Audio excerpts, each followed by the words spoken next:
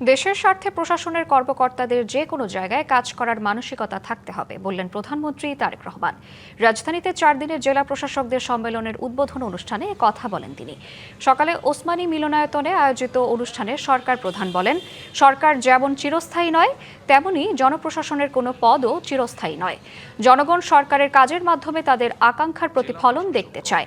নিষ্ঠার সাথে দায়িত্ব পালনে ডিসিদের প্রতি আহ্বান জানিয়ে প্রধানমন্ত্রী বলেন, প্রয়োজনের অতিরিক্ত আইন সংক্রান্ত জটিলতা তৈরি করা যাবে না।